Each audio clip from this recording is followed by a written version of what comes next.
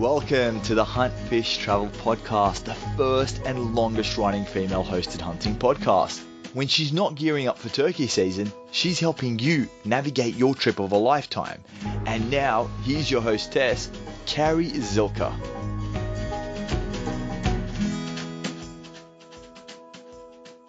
All right, we are live.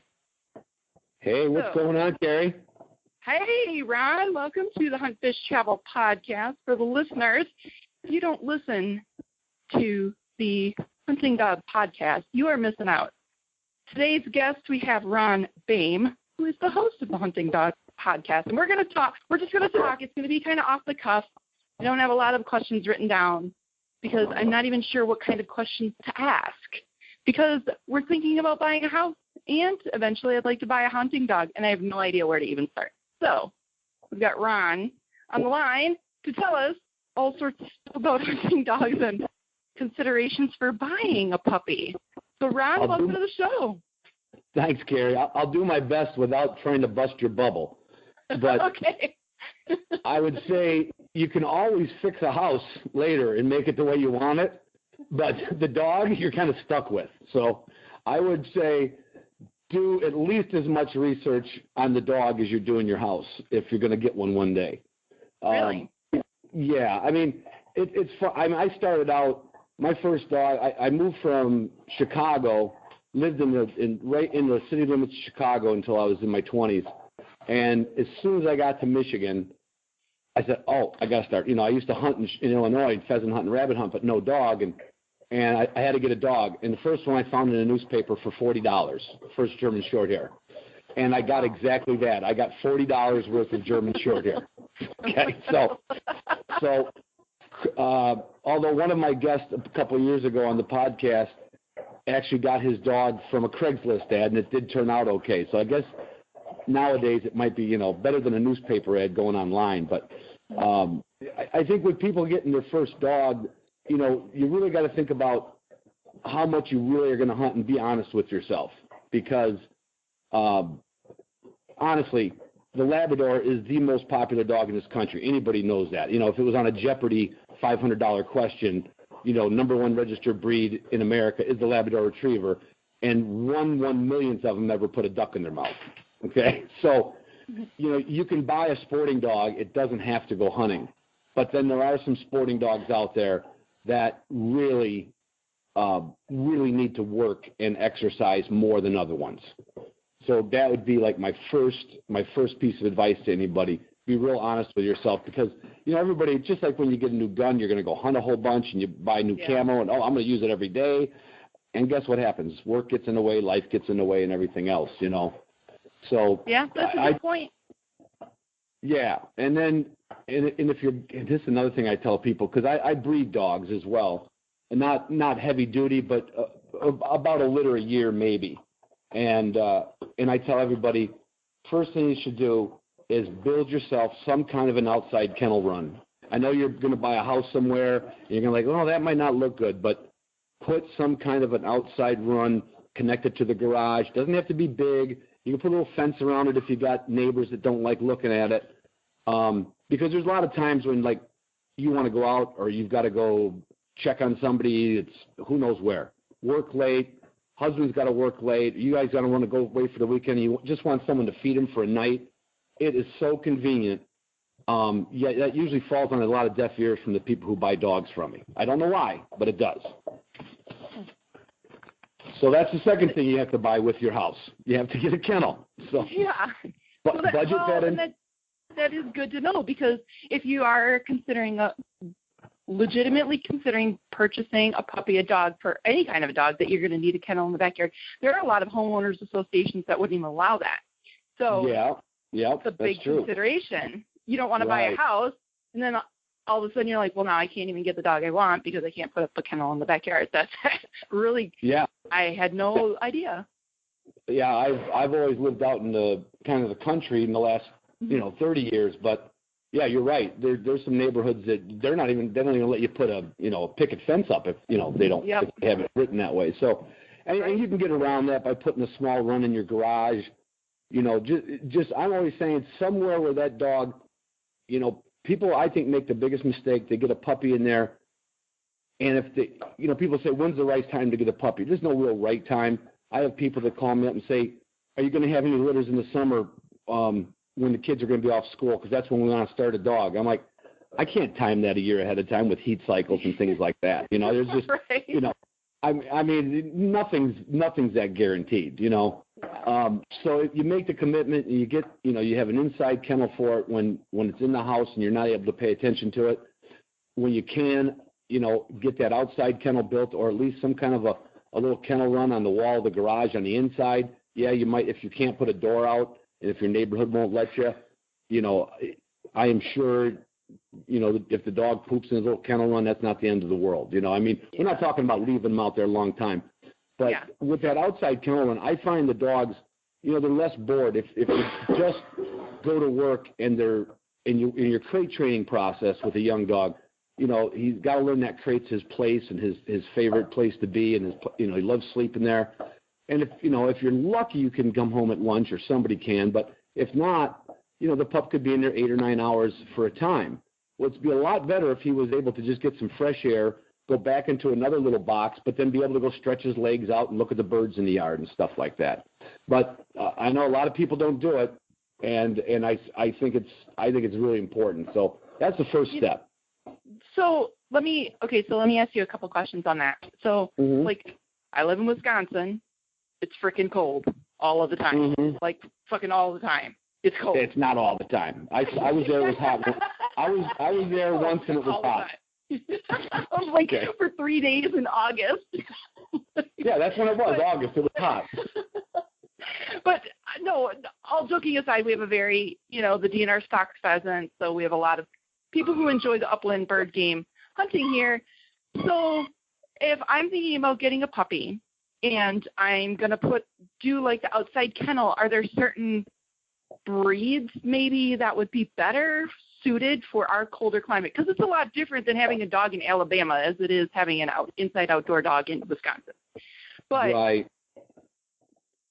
I would say, there's a few breeds that you may want to, you're probably going to worry about it more than it's worth. Because, again, when I say an outside kennel run, I always have, and this would be where, like I always tell people, I don't expect anybody to build a kennel building with inside-outside runs. I'm just talking about like a small fence. You can buy it from Tractor Supply or Farm and Fleet, and it's got a gate on it, maybe put a sunroof on, a little tarp over it. Doesn't have to be big. And then if you have a little access door to the inside of the garage or a garden shed, a lot of people do it next to a garden shed, you could literally build or buy a small dog crate. Now, not the kind you put in the car. It'd be like more of a wooden or aluminum skin dog crate. And I had German Shorthairs for years. They do not have a lot of body fat on them. They don't have much of a coat. It's a very short coat. And in the beginning, before I built my kennel, that is exactly how they lived through the winter. And, Michigan's not a lot different than you guys. No. It depends on what part of, Michigan we're talking about. But, so, and you put some straw in there, and I'm telling you what, a dog curl up in a box. Don't overbuild the box size, as a good friend of mine's uncle or father-in-law did for him. You could put 3 people and the dog in it. It does not hold the heat. But you literally, that's another thing. I mean, I'm going to kind of jump around. When people think about getting a dog crate, they tend to get a crate that's bigger than the dog needs. The dog, historically, any wild canine, they're going to go into something that can barely fit in and barely turn around and curl up and lay down. And dogs are the same way. If you saw sometimes how many dogs I could pack in a box, on a hunting trip, and see 2 or 3 noses looking at the bars, everyone would be like, oh, my God, they're giant. No, they can all get in there, turn around, and they snuggle up. So, the weather really isn't an issue. It's more of an issue if you're going to be more of a cold weather hunter. You might want a dog with a little more coat to it, maybe in the Flushing breeds or some of the rough-coated breeds in the pointing world that have like a dual coat. They have an outer and an undercoat. They're going to be just a more comfortable dog in the winter. But believe me, I got friends that have German Shorthairs and Weimaraners and they live all over Wisconsin and Michigan and the upper Midwest, and they do fine. Okay. You just don't want to, you're not going to duck hunt with them probably. That's in the cold weather. Yeah. Yeah. Interesting. Okay. Oh. Let's talk a little bit about crates, though, too. So when we were growing up, and we never, I personally never had hunting dogs growing up. So the whole crate training thing to me seems like it's a relatively new tactic, which I could be completely wrong, could have been around for years and years and years, whatever. But to me, it just seems like it's relatively new, because I never went over to anybody's house and they were like, oh, we got to put the dog in the crate at night. What is the concept behind crate training? I think it's so you don't have to clean up any poop or pee in the morning, to be honest with you. For real? Well, yeah. No, trust me, that is a part of it, though. And you're right. I know when I was a kid, and I'm quite a bit older than you. Literally, believe this or not, my friend's dad would put his pointer. He would open the trunk of his Ford. And the dog would jump in and he'd close the trunk, and that's where the dog rode on a hunting trip. Yep, totally. And people with beagles, they'd put 3 or 4 of them in the trunk. So crates kind of became a luxury thing.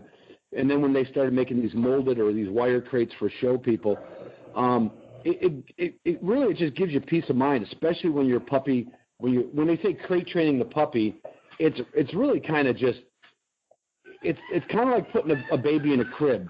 You talk to anybody who's raised kids, and if they didn't use a crib or a playpen, and I'll guarantee you, the kid doesn't understand confinement and probably can't stand anybody telling them what to do today. Dogs need to learn that, that's not their time, and it's time to settle down. And the crate also represents that. It's like, oh, this is when we don't play. We don't play now.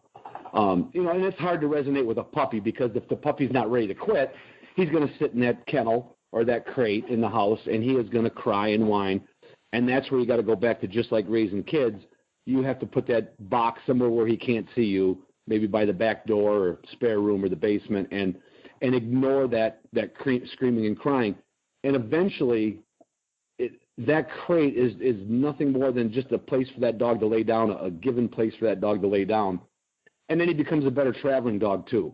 He kind of understands, I get it. This is where I don't get to jump around, play catch, play fetch. I don't get to, beg for food while we're driving. I'm in a crate, So there's just multi purposes for him. But you're right. Nowadays, even somebody who doesn't know, as my friend, I have a really good friend over in Wisconsin by the name of Al Harmeyer, has a kennel over in Cedar Grove, north of Milwaukee. And he says, even for people who don't know shit from pudding, they know about crate training nowadays. So you're right. Seriously? Yeah, everybody knows that term, crate training, whether you know shit from pudding about dogs.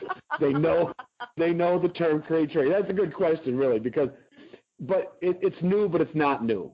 Like all the old timers back in the day knew to put their dogs in kennels. They built boxes for them. They used the command. I use the word kennel when I want to go in a crate. I use the word kennel to get in anything, in a door, in a kennel, in another room. I just open the door and say kennel, and the dog just knows that means to go where I'm kind of pointing. But no, I think it's very important, and you rarely will see people breaking those rules. There's a few people whose dogs are truly their children, and they're just mortified at the fact that the dog would sleep in a crate. When they're old enough, I go to Red Roof Inns all over I travel with my dogs everywhere. I mean, literally everywhere. And so I always hit Red Roof Inns because they never have a dog. The dog policy is no problem. And when I go in Red Roof Inn, I've got 3-4 dogs sleeping in a king-size bed with me. So, I love having a dog sleep in bed with me, but there's a lot of times when I don't. When they're young, when it's a new dog on the road, I don't want to wake up and step in something. So that crate just has multitude of purposes. But to me, it does teach the dog some control of temperament. He just doesn't always get his way. So that's the most important thing. Okay, that's interesting. What other kind of training techniques do you use? Like, is it different training, say, a dog to be a pet than it is a dog to be a hunting dog, especially, like, say, in the first 6 months? I'm assuming you're going to work with it a lot more, number one. But obviously it's gonna be more than just sit, roll over, and play dead. Well, it's pretty close. We don't do the roll over and play dead much, but come sit and stay is what anybody that has a gun dog in the first 6 months is going to work on some of that. Just basic house dog obedience. Come when I call you, stay when I tell you to, and sit, and you also hear people say, well, do you teach a pointing dog to sit? And yes, because it's a command. It's not an instinct for the dog. The dog sits when he feels like it. And when you want him to sit, you got to tell him to sit. So, yeah, come sit, and then eventually heel. Like how many people have you seen going down the street and the dog, even a little dog, is just pulling their arms out of their socket, and it drives me crazy. It's just like, come on, yank, I shouldn't just say yank that dog back ass over tea kettle, but basically teach that dog to walk on a leash. It's not that hard to do. So, yeah, for gun dogs and house dogs, I think that first 6 months of training, basically the same thing. You want them to be good canine citizens. You don't want them to embarrass the hell out of you. You don't want them jumping up on everything. Like a lot of dogs you'll see jump on people, and people see my dog, and I don't let them jump on me, but I let them stand up on their back legs and put their paws on me. And most people can't stand that because, you're getting dog hair or anything on your clothes. But I won't let them jump on me. Like I won't let them jump at their will to just walk up to me and go bam with their front feet. I won't let them do that. But when they come to me and I can tell they want to, I'll tap my chest and boom, they put their paws up here and we'll give them a big snuggie and, just like a house dog. Yep. So the gun dog stuff doesn't have to start too early. Believe me, people do it. People get them on birds real early. They sometimes get them to a trainer, and a good trainer will say, well, here, I'll give you some things to do at home, but he's a little young yet to do any intensive, bird work or obedience work for hunting. So, no, up to 6 months, I'd say same thing. I don't do anything different with my dogs than we've done with my wife's house dogs. Same thing. It's very, very simple. So at what age, so say I buy a puppy and I've decided I want to, whatever kind of training, whatever kind of hunting dog it is, at what age should I start looking for a trainer? So wait, let's talk a little bit about hiring a professional trainer compared to doing it on your own. What would be the pros and cons to each? Well, the pro to hiring a trainer, I would say, would come more with the hunt. If you're going to have, if you want to do some hunting with that dog, and you've either you're on your first dog, and you can look at all the YouTube videos and you can read all the books, and it's like, hang on, we got a little dog. Will you guys be quiet? Mother already got a bone and she's telling the other dogs to stay away. So the pros for a trainer would be, if you're going to do something above just have a pet dog, and a trainer will come in very handy, because a good trainer will have you come to the facility. He'll start teaching the dog some good obedience, and then he'll transfer that obedience to you. He'll teach you how to teach the dog.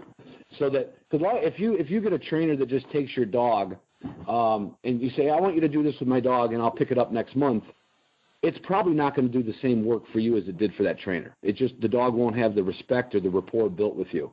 So the pros to having a trainer are big if you're going to get into the sporting world or possibly the competition world with dogs, like retriever competitions and things like that.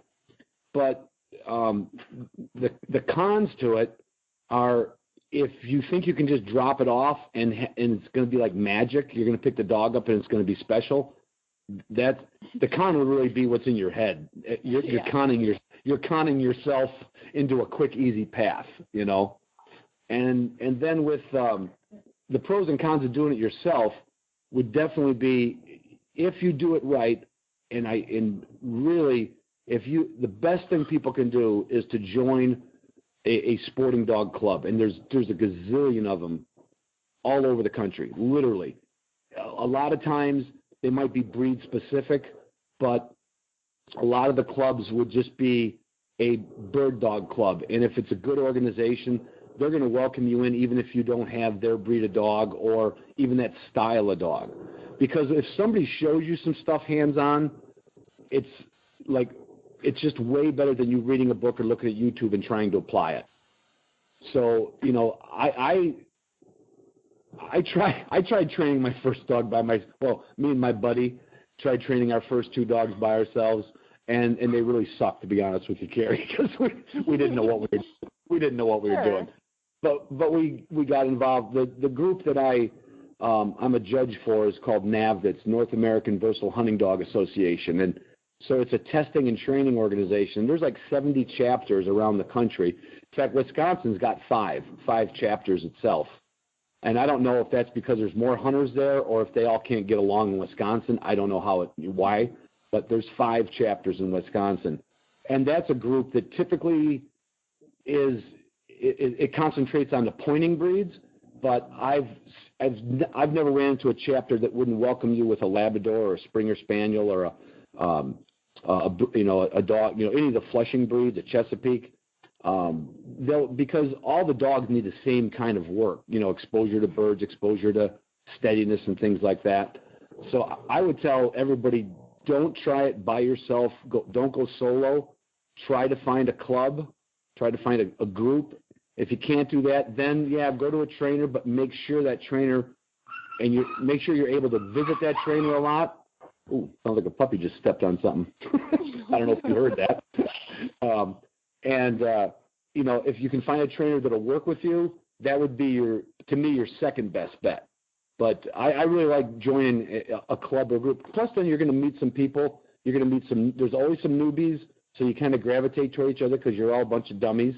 And then there's always going to be a couple people there with some experience that'll help you. And the other biggest thing is, all the pros and cons and everything else, there's 2 things I tell everybody.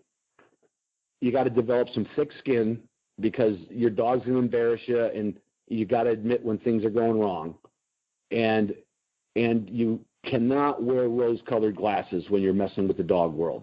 And that is so hard for people to do. The minute they get their dog, that's the best breed, or this dog's parents did this, and this. I said, well, your dog's not doing that. So, so why don't you take your sunglasses off and see what the rest of the world looks like. Your dog sucks right now, and let's make it better. That's the 2 biggest pieces of advice. I know I'd like to be deeper, but the 2 oldest things in the world: develop a thick skin, and that works in work and everything else, in school and everything. Interesting. Yeah. It's easy. It's simple. It's frustrating. It's so simple. It's a little daunting, though. And, it is. Believe me, and I get emails every day, people asking me, and when I started the podcast 2 years ago, I did it kind of I like to have kind of like a diary of, friends I hunt with, a few famous people, if I can ever get them on, and that all came together. And then, of course, now, like, you've been podcasting for how many years now? 5. Yeah. Well, you're way double over me. And, people start asking you questions, and it's starting to become like a little bit of work. But it is amazing. I'm happy that the people who don't know anything are at least writing me. And the only thing I want to say is, well, did you look at the backlog of episodes? All those questions are answered, but they still want to write me an email, and I won't say I answer every email, but darn near every one of my answer if I can, and try to help them, because it's daunting. You get this dog, and then you read articles that say, make sure you don't get your dog gun shy, make sure you don't get don't let the dog chase deer, and don't let and all of a sudden, you feel like it's exam time in high school. You're just like, oh no, I didn't study. And but anybody can do it. Honestly, if I could get to this point, anybody could do it, Carrie. Anybody. Well, that does kind of raise another, just a small question. Like, they always say you can't teach an old dog new tricks. So what if I buy a puppy, not really the right breed for me, but I don't obviously want to give it up. I'm trying to train it, and it's like been 1.5 years, and I'm like, it's just not working. Can you go to a trainer and be like, look, I have really screwed up this dog. Can you help me fix it? You can, but what you just got to go to the right trainer. And honestly, it sounds kind of funny. If a trainer will just say yes, you probably didn't do enough research on the trainer. Okay. Because there's, unfortunately, and God, I hope this doesn't knock down my my downloads and listenership, but there's a lot of trainers out there, a lot of them, but a lot of them are, you know, they have a full-time job during the day, and they cram all this in at night and on the weekends. And believe me, they can do a good job, but, you know, they're trying to make a name for themselves, and they will take a project on that maybe not should have been taken on. So if you did have that dog and you said, here, I didn't do nothing, I think I screwed it up, a good trainer will say, okay, let me evaluate it, or let's get together on Saturday and evaluate it. And he won't say, all right, let me keep the dog from, he could if he saw some potential. But I know some really good trainers, they're going to be honest with you real quick. They could literally call you up 3 or 4 days and go, look, I've tried some stuff, like normal stuff, and I could try a lot more, but I don't see the potential here, or I don't see this fixable. And a good trainer will tell you that, you know. But also, a good trainer is invaluable too. I have one here in Michigan that I rely on a lot because, you know, he's younger than I am, but he's been in dogs since he was in high school, and well-known bird dog trainer. And he's just got that approach where, like, he's not looking for the next client. He just wants to solve a problem, and if he doesn't think he can solve a problem, he'll tell you. And it's kind of hard to swallow, because then it's like bringing your kid to another school and the principal says, I don't think your kid's good enough to be at this school. You're like, oh, shit. I didn't realize he was a dumbass, you know. So that's about all I can tell you in that department. But, yeah, and then there's also dogs that didn't get early exposure, but it didn't really, you know, you could have skipped a few years. If the genetics are there, you should be able to do something with that dog as far as in the bird dog world. But anybody that has hunting dogs, usually they're starting to do some of the game work, whether it's birds or hounds on, you know, raccoons or you know, any of the hound work, or even bears. Those young dogs are going to get some work early in their first year, because they want to see if there's something. They certainly would never wait on purpose, I guess is what I'm saying. Yeah. So, but if you had a good genetic dog, you know, that the parents hunted and you didn't do nothing with it, there's a good chance that, yeah, there's no reason it wouldn't learn. I don't believe that old dogs can't learn new tricks. It's just a matter of, you know, getting them to learn it and sure. Finding out. That's what's good about certain trainers. You know, it used to be they all had, like, it was all like obedience training, real forceful, and you basically made the dog submit. And nowadays it's a lot of positive reinforcement, and they're almost kind of fooling the dog into doing a good job. And the dog's like, going, oh, you know what, that wasn't so hard. Okay, I'll do that again for you. Yeah.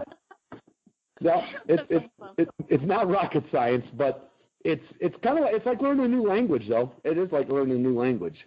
It is, especially for someone who's considering getting into all this stuff and really just has had no exposure to it. I don't know anybody. I mean, I have, like, online friends who have dogs. Right. I don't know anybody personally who has a hunting dog. So for me, someone like me who I love the pheasant hunting out, anytime I go to, like, one of them game farms, I always have to hire somebody with a dog because I don't have one. Right. So all this is really quite fascinating, but it's a little on the overwhelming side. But I have listened to many of your episodes, and that's been very helpful too. Yeah, and a person could get by with, you know, listening to some of those episodes if they could really, that was a close call. Hey, hang on, listeners, it's time to throw biscuits on the floor. I'm showing everybody what a good trainer I am. There, everybody gets a biscuit. Pitiful. I had one of the probably world-renowned, certainly North American-renowned trainers, George Hickox, on about a month ago. And I had to do that while the dogs were, because I do this all out in my recording studio's in my kennel building, and I told him, he says, yeah, you trained them dogs pretty good, Ron. I'm like, yeah, I sure did.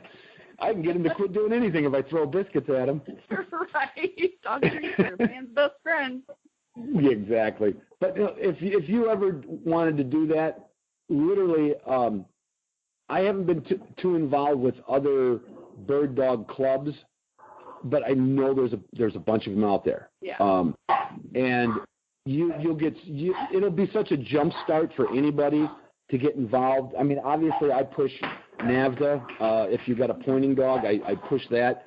The chapters will almost always have somebody like a Walmart greeter that's, kind of says, hey, I noticed you're standing there for two training sessions not doing anything, because not everybody's super outgoing, or you don't want to ask a dumb question. But most chapters, and I will, in NAVDA, and I'm sure, just that my experience has always been with them, most bird dog clubs, whether if you got a retriever, you get involved with a retrieving club, there's always someone's going to help you. And way better than DVDs and videos and YouTube or even listen to my podcast is get somebody hands-on and watch them do something with the dog. And it's like it'd be like the Evelyn Wood speed reading course compared to learning, reading the other way. Gotcha. So let's talk about your podcast and how you got into dogs and dog breeding. Because your Facebook page, let me pull it back up here, is, well, people can find it by searching the Hunting Dog Podcast. Yeah. Well, what happened was, like I said, I got that first German Shorthair for $40, and it sucked. And it ran away twice. And the third time, we don't really know if it was hit by a car or not. But a friend, well, you never know. I mean, I know. There literally are runaway dogs, too. That'd take a whole other podcast episode. But there are some dogs, and you'll know it when you have one. They are just bound and determined to piss you off and run away, okay? Usually they're not running away far, but the ones that don't want to come back, it's probably a good reason for that. But so once I had that, what I call that crappy dog, a friend of mine had a good German Shorthair that we hunted grouse and woodcock over, and I said, I've got to find one. So I went to a reputable kennel out in, it happened to be in Rockford, Michigan. It's no longer there, but this is almost 30 years ago. And I spent more money than I should have, or more money than I told my wife I was going to spend. And I picked up a puppy and started kind of, she was never a super well-trained obedience dog, but she was a good hunting dog. We did enough of the right stuff with her. And then what happens with everybody, they're like, you know what? We should have puppies. We should breed your dog and my dog. And anybody who doesn't start out as a backyard breeder, then you obviously were raised in a family who was already breeding dogs, and you already got some, background, because most everybody starts out in their backyard with their first litter, your buddy's dog and your dog, and let's try to sell these puppies. So I never did a lot of that, but I've just been a dog nut, ever since I was born. We had dogs. There was a picture of me with a hunting dog, and I was like 2 years old. And there's a grin on my face, so obviously there was some connection there. And so once I had that dog and grew up the litter of puppies and actually found homes for them, then you get the mistake of going, I could do that again. I could do that again, And then, like, one day I was just a dog man, and the next day I was a breeder. But so I really kind of just jumped in with both feet.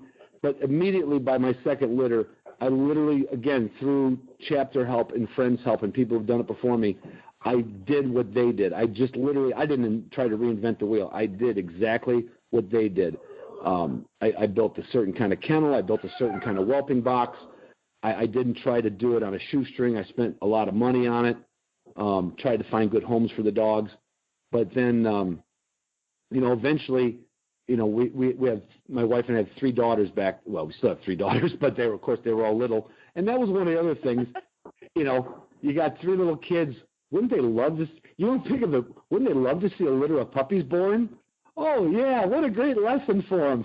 Well, don't do it for that reason. Trust me, because when they're little, they're not going to help you clean up. It's still going to be a lot of work. Right. A lot of people do. Yeah, right. I mean, how many people go like, yeah, we'd love to have a litter dog. Oh, the kids would learn so much from it. No, the kids would learn how to hold puppies. That's all they would learn. Right. And not only do you have to clean up after the puppies now and the kids. Yeah, and then you got to change the kids' clothes and throw them. Yeah, exactly. So, I mean, I got started basically just about like everybody else, unless you came from a family. There's family names in the dog world that they go all the way back to the early 1900s, that their great-grandfather was breeding dogs. So those people grew up, they had not just the resources, they had the background and the knowledge. But, yeah, I just grew up like a typical guy, but just always kind of, looking at somebody else's place. You go visit somebody and like, oh, wow, they got nicer kennel boxes. Oh, you know what? I got to buy them. I got to have better boxes. And, I made my first kennel out of panels, and I said, no, you know what? I went to a kennel. I gotta get real kennel panels, like a real kennel. So, I started out on a shoestring and started out just copying everybody.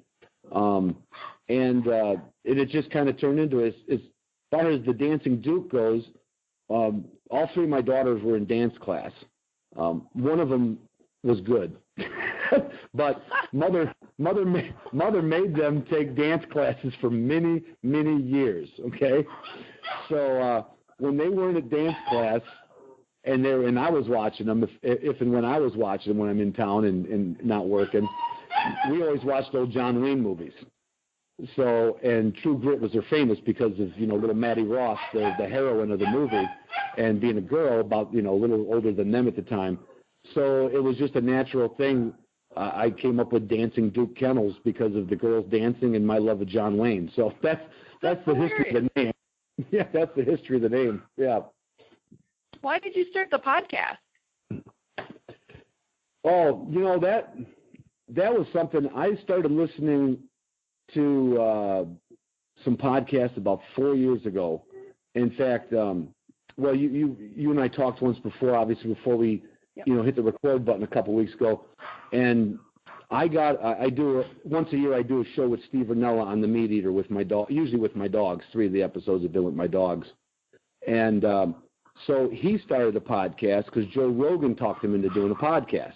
Literally said, you've got to do a podcast. So I recorded one of his first ones with him in Texas on a hunt, and the minute we hung up the headphones, all I could think of was like, I want to have conversations like this with dog people, because just like, like you like turkey hunt a lot. I hear you, when you're talking on your podcast, and you do some deer hunting. Although I heard your last one, you didn't get near the hunting in this year that you wanted to, but that's another story. But that happens to everybody. But I'm a real social hunter. I don't do a lot of solo hunting. I mean, I will have an hour or two by my house, go out and take the dogs out, take a couple of young dogs out, but I'm real social. And the minute we did that first podcast with Steve, it was like having a poker game, but you're all talking about the same subject, not really paying attention to the poker game. And you just like had one of those great conversations. There's always a drink flowing and everybody telling a story. And I'm like, wow, that's how I said, I got to start. I want to record these things. And literally, I got a little, I guess, nostalgic.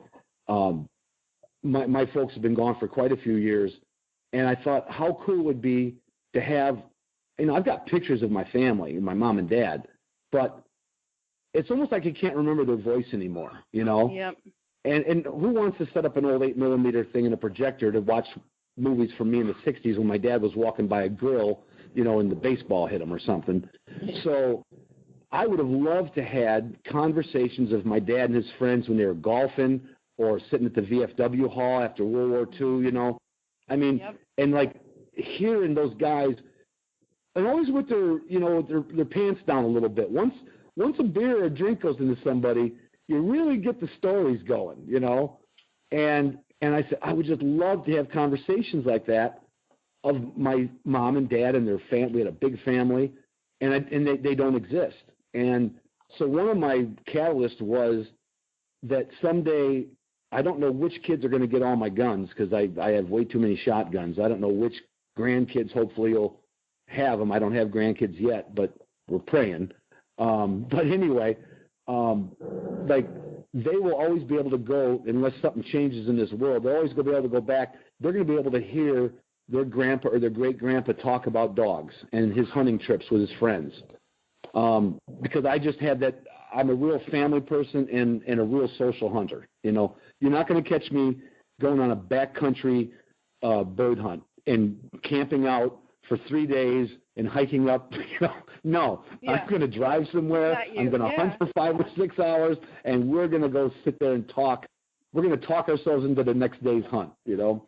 So that's kind of why I started the podcast, and now I'm just having a ball with it. It's growing to a point where I really never thought it would grow, but I guess everything, you know, like everything takes time, you know, until the word gets out. So that's how that got started. And between the kennel and the podcast, I'd like to retire from work so I could just do all that full time. Yeah.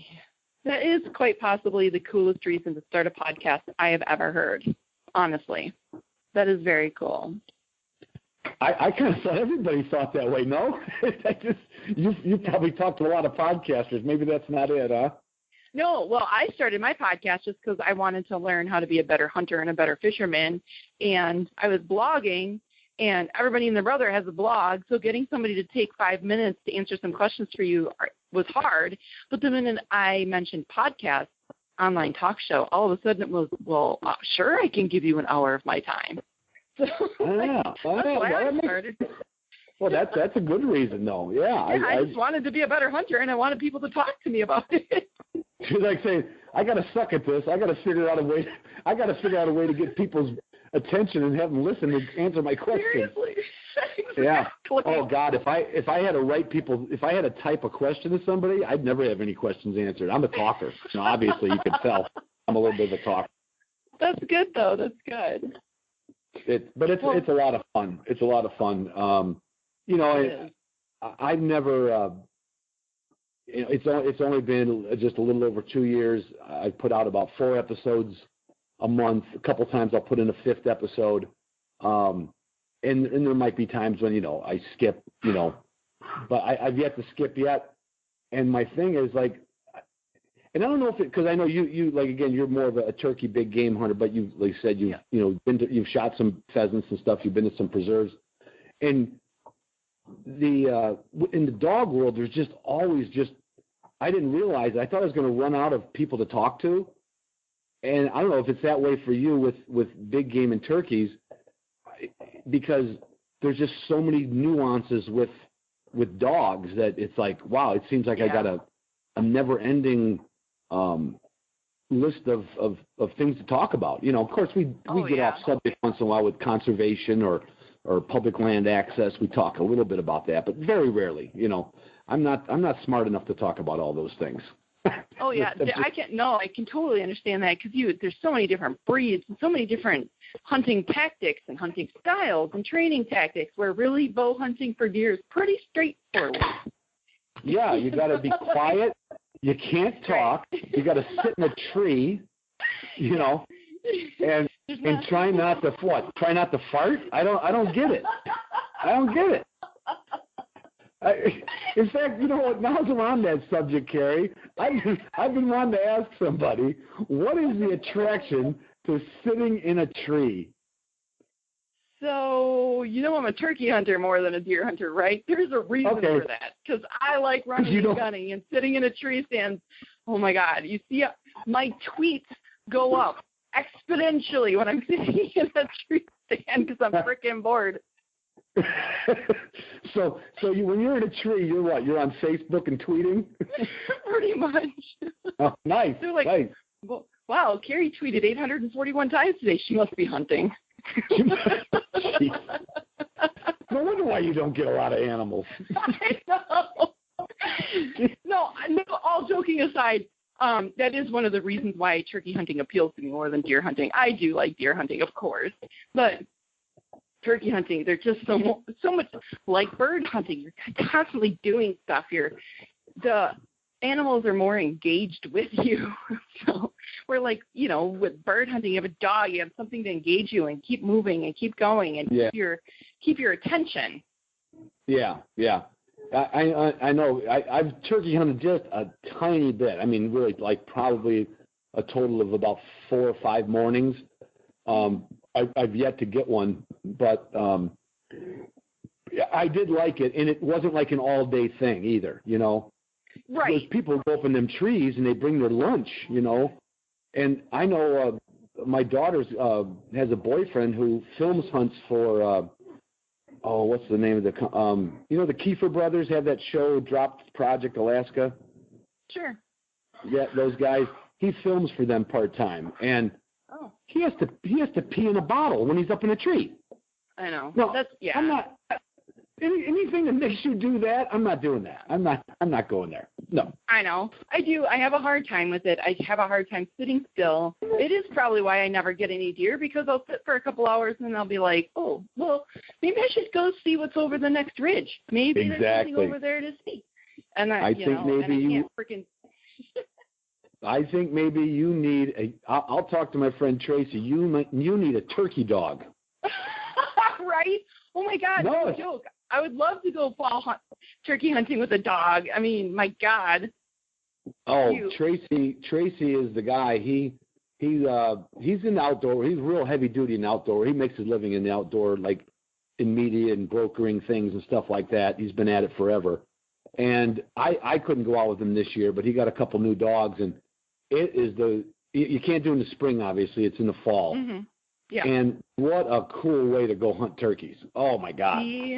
How fun would that be? Have you heard how it works and everything? Have you read up on it? Yep. Yeah. Yeah, I did an interview a couple years ago with Steve Hickman, and he has a dog that he takes out and he sits to the blind. He sends her out, and then she goes and scatters them. It sounds like so much fun. Yeah. Oh, absolutely. And if you had a shitty bird dog that just didn't listen to you might be able to turkey hunt with it in the fall. Right. Maybe. I don't know. You should pass along his information. I would love to interview him. Yeah. Oh, yeah. He I'll save all the different things he does. But I mean, we did a podcast together, and the funny thing is, you think about a small niche. That is a small group of people in this country. Yeah. That is a tiny group of people in this country. I think I'm up against it sometimes in the bird dog world, but my God, there's a gazillion people that would at least own, oh yeah, I've been to a preserve. Oh yeah, I know a guy who had one. You say turkey dog and people look at you like the RCA dog, huh? What? I know, totally. Turkey dog. Like, what? But you might be ready for a bird dog. If you don't like to sit in a tree and you like to act, like to move around a little bit, I think a bird dog might be in your future. I know, and I love pheasant hunting. I don't have a dog, so like I said, I'm pretty limited. So maybe when we buy this new house, we'll see. Never. Oh, so are you in an apartment then right now? We live in a condo. Condo? Yeah, so it's not real conducive for dogs, yeah. No. We're coming up on our 10-year anniversary May 1st. We were like, all right, 10 years here, and then we got to go. We got to buy a bigger house with a yard. There you go. So. Yeah, well, when you're ready for that, you tell me. I'll help you find a dog. I mean, literally, I'll tell you, Wisconsin, and between Wisconsin and Minnesota, you would have so many choices if you took your time.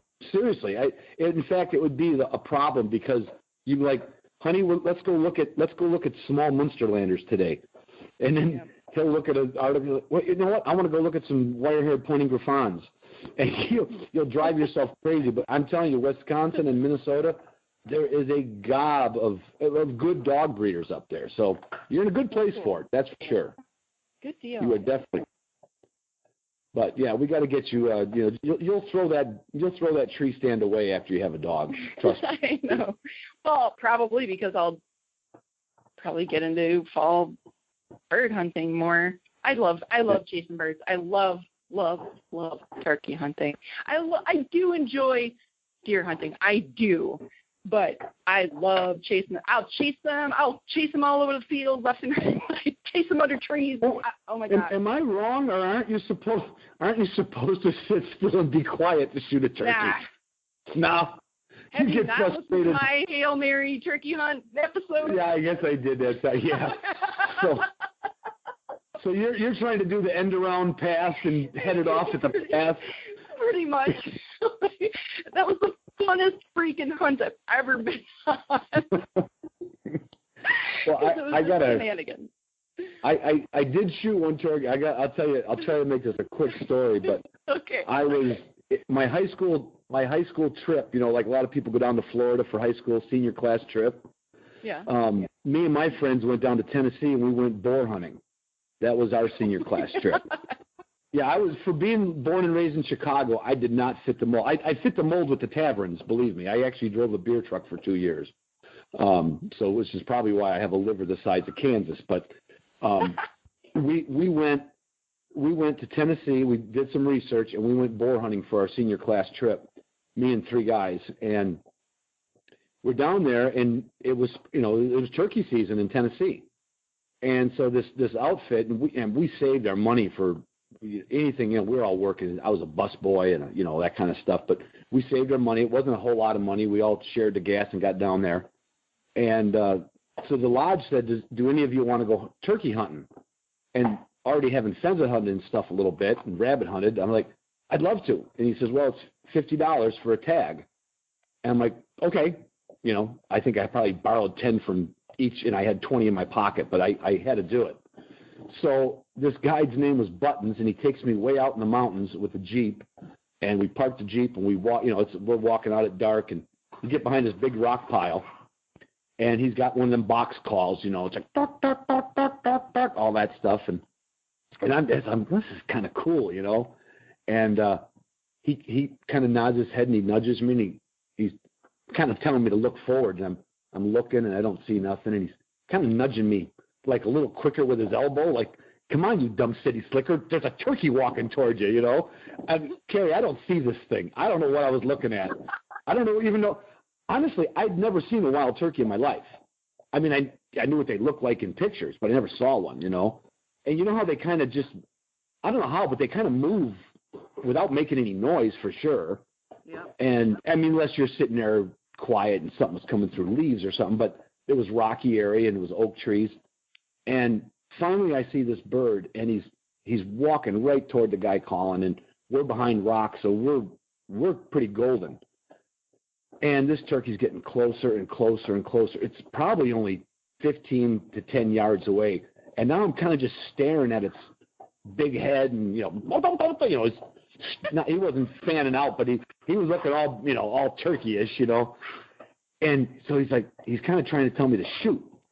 So I stand up, and I made a big noise like yeah, like that. Yeah. And this guy's name is Buttons. He goes, "What the?" And because I'm trying to make I thought you're supposed to shoot him on the wing. I did not know. I did not know you shot a turkey. This is the God's truth on my mother's grave. I had no freaking clue that you would shoot a bird on the ground. I never shot a pheasant on the ground. Why would I shoot a turkey on the ground? And this is no bullshit.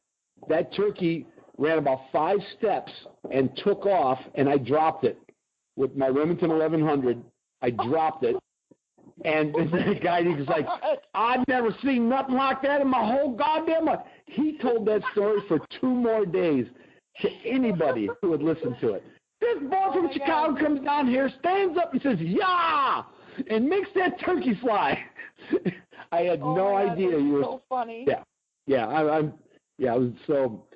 Next time I'm going to actually let it get close and shoot it in the head. I mean, I guess that's probably the proper way to do it, instead of peppering it full of number 2 shot like I did. But no, I dropped that thing on the wing, so I'm an all right wing shooter. That is hysterical.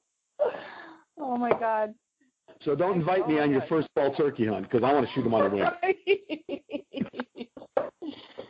Oh my gosh. That is too funny. Well, that's just it. That's me. But no, I mean, I've just I never can understand. I love all. I mean, I'm in favor of all hunting. I'm in favor of high fence hunting. I don't really care as long as we're all on the same page and no one's calling each other names. You know, whatever it takes to stay out there in the outdoor world a little bit. But I can't imagine. I've been accused of loving or that people who hunt with dogs love dogs more than they love hunting. And I'll be honest with you, it's probably 50-50. It really is. And then if you had to throw in the equation, probably love people and dogs more than hunting? Absolutely. Yeah. Absolutely. I still go to the store to buy a lot of meat because you can't feed yourself in a year with what you shoot over a dog. I mean, unless you're full-time at it. Yeah. That's funny. Oh, my gosh. So are you proficient enough with the shotgun if I show up someday and take you that you could hit something, or would it be a moot point? Oh, yeah. Oh, no. My little 20 gauge has killed more birds than any of my rifles. Well, that's encouraging. I like the sound of that. That's good. That's good.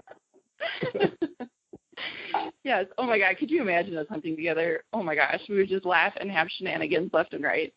Yeah. That's especially when you go to a preserve. It's not like you're not risking, like when you're grouse hunting, you can chit chat a little bit, but you really got to pay attention. I mean, you got to be walking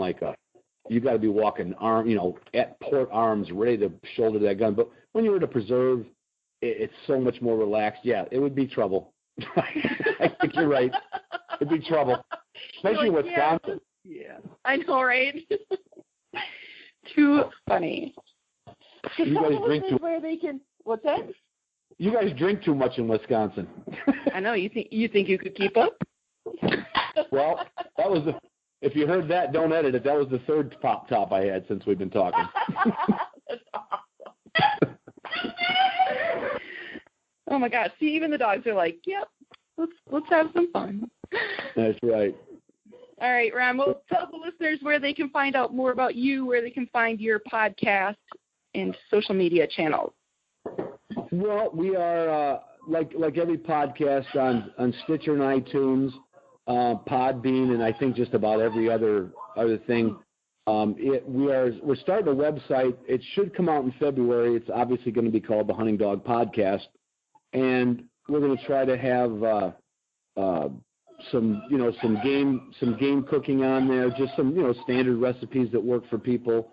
We're going to try to have a question and answer thing where people, if they have a specific question that maybe one of the guests can answer or one of our past guests can answer. We're going to try to make it a kind of a good interactive website, not just a place to figure out how to listen to the podcast. And then, of course, it'll have some sponsored links, and obviously it'll have a lot of conservation links like DU, Pheasants Forever, Quail Forever, Rough Grouse Society, because, like in anything, with the whitetails and the deer and the turkey, you've got the Turkey Federation, and, all those organizations are doing a lot of good stuff for all of us hunters out there. So, we'll link up to things like that. But, yeah, if they just look up the Hunting Dog Podcast on anything, it'll come up. You'll see it on Stitcher and iTunes. Stitcher is more of an Android, and iTunes, obviously, the iOS, iPhone system. But just like you say, if you do listen, put a rate and a review on there because it makes us up there in the ratings. So, sure. But yeah, and when the podcast or when the website comes up, it'll be slow. Have you ever tried that, Carrie? Putting do you have a website that accompanies? I haven't noticed it if you do, or I haven't seen a link to it. Yeah, I've actually, a lot of times I'll promote the website link rather than the podcast link because people, I think the player on my podcast. Yeah, and my player on my website is more friendly than like the Libsyn link. Right. And that's just another way they can listen to it. But I mean, do you put a lot of content into it for people, or do you find yourself, is it overwhelming? Because I'm starting to get a little nervous about starting it. It can be overwhelming, and it's hard because I do a ton of blogging as well as the podcast episodes. But just the post for the podcast episodes, I put all the show notes and all the links, and it is a lot of extra work. But yeah, I find that it's a greater return on investment because Google really likes blog posts and not so much with podcasts. Well, in the next week or two, I'll have to talk to you off record, and you can give me some more tips on that. Yeah, for sure. I totally will. All right. Well, thanks so much, Carrie. It's been a ball. We'll try to do something next fall. I'll come over there with a couple of these long-eared Broncos and see how good you are with that 20 gauge. Oh, that'll be so fun. All right. Sounds good. And that'll do it. Thanks so much for listening to this week's episode. I hope you enjoyed it and learned a lot. You can find me on Twitter, Carrie Zylka, CarrieZylka. You can find me on Facebook. You can send me a friend request. You can follow the Huntfish Travel page on Facebook as well. Just search Huntfish Travel. I'm pretty much everywhere. Any social media. So go find me. Say hi. And if you found value in this episode, head over to iTunes or Stitcher Radio and leave me a 5-star review and a comment, if you would. Alternatively, if you'd like to support the show, you can check out my Patreon page, patreon.com/huntfishtravel, all one word. Donate $1, you can buy me a cup of coffee. And thank you for your support.